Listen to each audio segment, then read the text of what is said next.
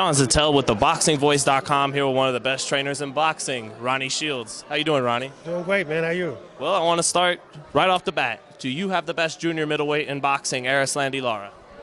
I have two of the best junior middleweights in the world, Arislandi Lara and Jamal Charlo.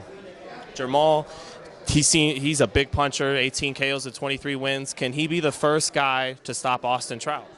Well, you know, I would love him to be the first guy to stop Austin Trout, but that's not what we train for.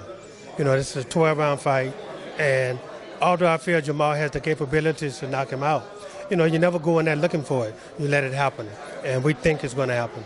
Do you think Jamal can make this an easier fight than some people are expecting? People think this is going to be his toughest fight as a pro.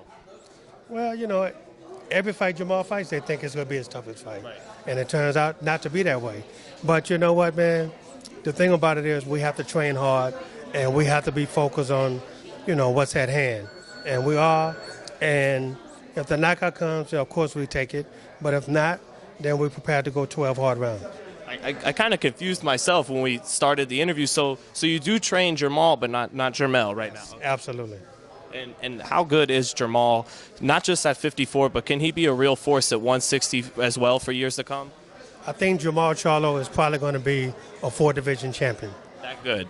Absolutely, without a doubt. Now, what about the guy? I know he's called out Canelo Alvarez. He told me he'll fight him at Canelo weight, they call it. Would Canelo and his team be smart to not fight a guy like Jamal Charlo down the line? No, I think they'd be stupid not to fight a guy like Jamal Charlo, because when you call yourself the best fighter in the world or one of the best fighters in the world, you're supposed to fight the best fighters in the world. But look, he don't even want to fight Triple G. So he's not the best fighter in the world. He's not one of the best. You don't see Canelo as one of the best right now? Absolutely not. You know, look, Amir Khan is a welterweight.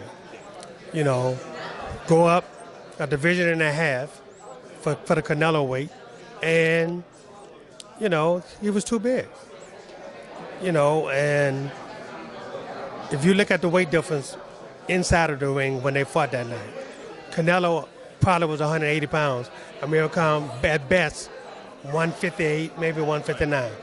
Well, you know, it's interesting because Max Kellerman, everybody was saying they've never seen a trainer of another fighter call out another like Virgil did with Triple G. What do you think about that yourself as one of the best trainers? Well, you know, I think you have confidence in your fighter, number one. And, you know, when you look at, you know who your fighter is. And when you look at your guy and look at whoever it may be, you know, you think your guy has the opportunity to win. So that's what you do. But do you think that was anything wrong with Virgil kind of calling out a fight that he didn't have anything to do with? I mean, you know, he can say whatever he wants. He's a great trainer, but. Well, I think Virgil is like a lot of people in the boxing industry. Right. They want to see the best fight the best. Right.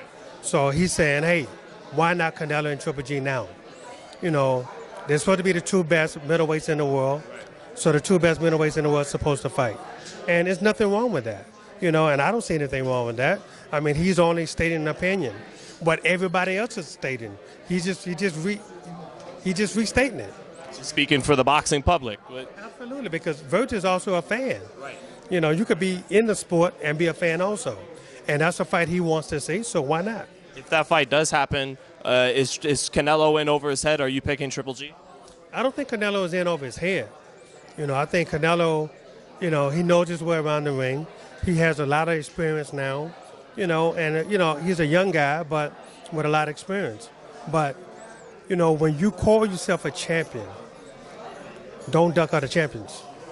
Well, you know, Jamal Charlo, he said that you could basically not really put a price on fighting him and Arislandi Lara. Do you agree with that? That even if it's a unification and good money's on the table, that Lara and Charlo shouldn't fight each other? Absolutely not, because I train both of them. You know, and you can't be in two places at once, right? Absolutely, and I wouldn't. I mean, I wouldn't even. If someone happened and said they fighting, I'm out to eat both corners. But do you think those are the top two guys in the division? Without a doubt. Would it make sense maybe if one of them was going to move up, who would move up first, Lara or Charlo in your estimation? You know what? I don't know, because Lara has the bigger name. Yeah.